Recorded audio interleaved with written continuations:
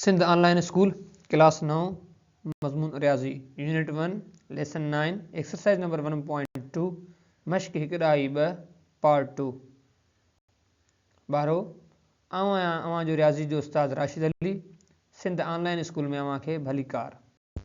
ॿारो असां पोएं सबक में एक्सरसाइज नंबर 1.2 जो पहिरियों नंबर क्वेश्चन हल कयो होसीं।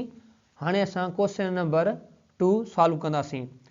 Fill the correct real number in the following to make the properties of real number correct. हेठनि खालनि में सही मुकमल अदद भरे हक़ीक़ी अददनि जी ख़ासियतनि खे मुकमल करियो। हाणे जेको पहिरियों नंबर पार्ट आहे उहो ही आहे। हाणे ॾिसो त असां हक़ीक़ी अददनि जूं मुख़्तलिफ़ ख़ासियतूं पढ़ी आया आहियूं त असां उन्हनि ख़ासियतनि खे पंहिंजे ज़हन में रखंदे उन्हनि खां हेल्प वठंदे असां ही ख़ाल भरींदासीं। हाणे हिते ॾिसो न त जोड़ जे हवाले सां हिकिड़ी प्रॉपर्टी इस्तेमालु थियल आहे त हिते जेकॾहिं a+b = b+a। हाणे असां छा कंदा आहियूं त जेका ही इक्वल जी साइन ही गिवन आहे उन जे राइट साइड बि ॾिसंदासीं लेफ्ट साइड बि ॾिसंदासीं।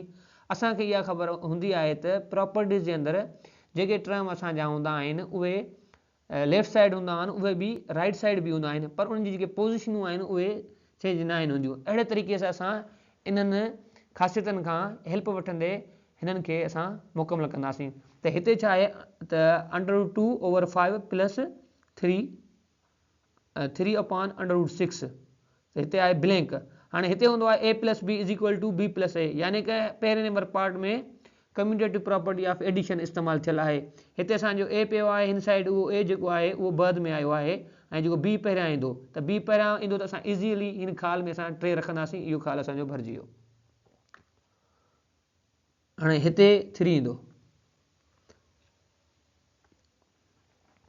हाणे असां ॿियो नंबर पार्ट आहे उन खे हल कंदासीं। ॾिसो हिते कहिड़ी प्रॉपर्टी इस्तेमालु थियल आहे। हाणे हिते आहिनि घणा टर्म 3 a+b + c। जॾहिं जोड़ जे अंदरि 3 टर्म जी तव्हां त उन प्रॉपर्टी खे चयो वेंदो आहे एसोसिएटिव प्रॉपर्टी ऑफ एडिशन, यानी जोड़ जे लिहाज़ खां संगत वारी ख़ासियत। हाणे ॾिसो हिते असांजो a आहे 7/10 त हिन साइड जेको a आहे उहो घणो हुजणु खपे आहे हिते उहो 7/10 हुजणु खपे आहे, उहो कोन्हे को हिते त असां हिन ख़ाल जे अंदरि रखंदासीं 7/10। उहो ही ख़ाल असांजो थी वियो 10। हाणे त छा आहे, हीअ आहे b। हाणे b असांजो जेको आहे उहो आहे 70/, छा आहे 70/ ब्लैंक आहे छा में डिनोमिनेटर में, पर हिन साइड छा आहे त -/10, यानी कि हिते असांजे b जे वरी न्यूमरेटर जेको आहे यानी कि जेको अंश आहे न्यूमरेटर त उहो वरी गाइब आहे। असां वरी हिननि ॿिन्ही जी हेल्प वठंदे हिननि खे आसानी सां भरे सघूं था। हिते छा आहे हेॾां वरी राइट साइड छा आहे त अंश गाइब आहे ऐं लेफ्ट साइड छा आहे जेको उहो छेद गाइब आहे, त असां हिननि खां हेल्प वठंदे त असां भरे सघूं था। त अचो त असां इन खे मुकमल कयूं। त हिते थी वेंदो 70/10 ऐं इन साइड छा थी वेंदो त 70/10। ॿारो अहिड़े तरीक़े सां हिते आहे 16/33 त हिते छा आहे 16 जेको डिनोमिनेटर अथसि उहो यानी कि छेद जेको आहे उहो ख़ाल आहे, त असां हिन साइड खां हेल्प वठंदे हिते असां फिल करे सघूं था। हीअ थी वेंदो 16/33। ॿारो हाणे 3 नंबर पार्ट आहे। हिते आहे 99/50 × 50/99 त हीअ आहे मल्टीप्लिकेटिव इनवर्स। जॾहिं असां मल्टीप्लिकेटिव इनवर्स पाण में जॾहिं छॾाईंदा आहियूं जवाब छा ईंदो आहे 1, त हिन ख़ाल में पवंदो 1। अहिड़े तरीक़े सां हीउ जेको चोथों नंबर सम आहे हिते बि इहो बि मल्टीप्लिकेटिव इनवर्स जो आहे। जॾहिं असां मल्टीप्लिकेटिव इनवर्स यानी कि ज़रबी उबतड़ खे पाण में ज़रब कंदा आहियूं छॾाईंदा आहियूं त जवाबु ईंदो 1, यानी कि 3 नंबर ख़ाल में बि 1 ईंदो, चोथे नंबर ख़ाल में बि 1 ईंदो। मां इन खे हींअर लिखी थो वञा। 3 नंबर ख़ाल में छा ईंदो हिते 1 ईंदो, चोथों नंबर जो ख़ाल आहे उन में बि 1 ईंदो। हाणे नंबर जेको 5 नंबर पार्ट आहे हिते, हाणे हिते छा आहे -21 प्लस जेको आहे ब्लैंक = 0। हाणे हीअ आहे एडिटिव इनवर्स जो, त -21 में छा जोड़ कयूं त हीअ ख़ाल असांजो फिल थी वेंदो, यानी कि -21 में कहिड़ो नंबर जोड़ कयूं जवाबु ईंदो 0, इहो ईंदो +21। अचो त असां हिन ख़ाल खे भरियूं। हिते थींदो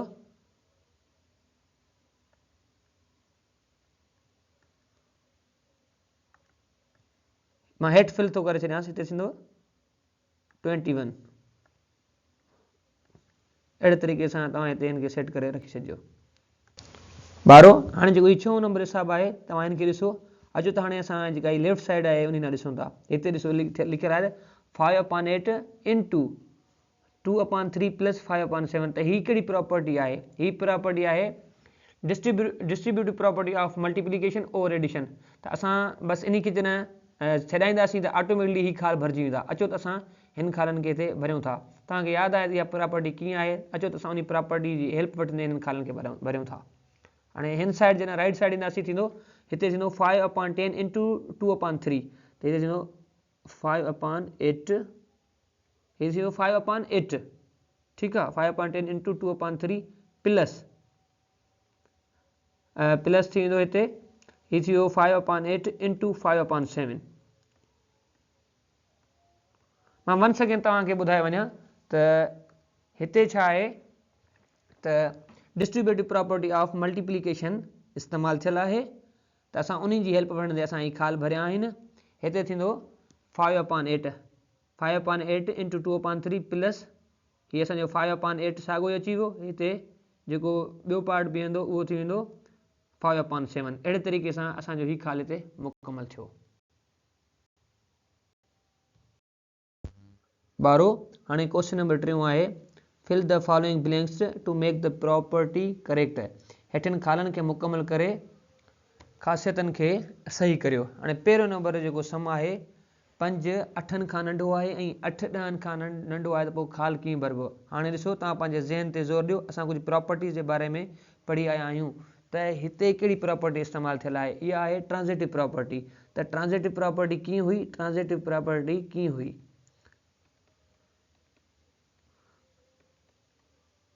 ट्रांज़िटिव प्रॉपर्टी हुई त A is less than B and B is less than C. It implies that A is less than C. हाणे हिते हिन खाल में छा पवंदो हाणे चवंदो जॾहिं 5 8 खां नंढो आहे ऐं 8 जेके 10 खां नंढा आहिनि त पोइ वरी 5 10 खां नंढा थी वेंदा 5 10 खां नंढा थी वेंदा हाणे जेका ॿी प्रॉपर्टी आहे उहा बि ट्रांज़िटिव प्रॉपर्टी आहे इहा छा थी ॿुधाए हिते चए थी त A is greater than B and B is greater than C. It implies that A is greater than C. त पोइ हाणे छा चवणो चए थो 10 जेको आहे उहो 8 खां वॾो आहे ॿिए नंबर में छा पियो ॻाल्हि करे ॿिए नंबर पार्ट में 10 जेको 8 खां वॾो आहे ऐं 8 5 खां वॾो आहे त पोइ छा थींदो 10 वॾो थींदो छा खां 5 खां पर हिते जेको आहे उहो माना ग़लती थी वई आहे हिननि खां अगरि इहे सही आहिनि इन जे हिसाब सां छा थिया 5 is less than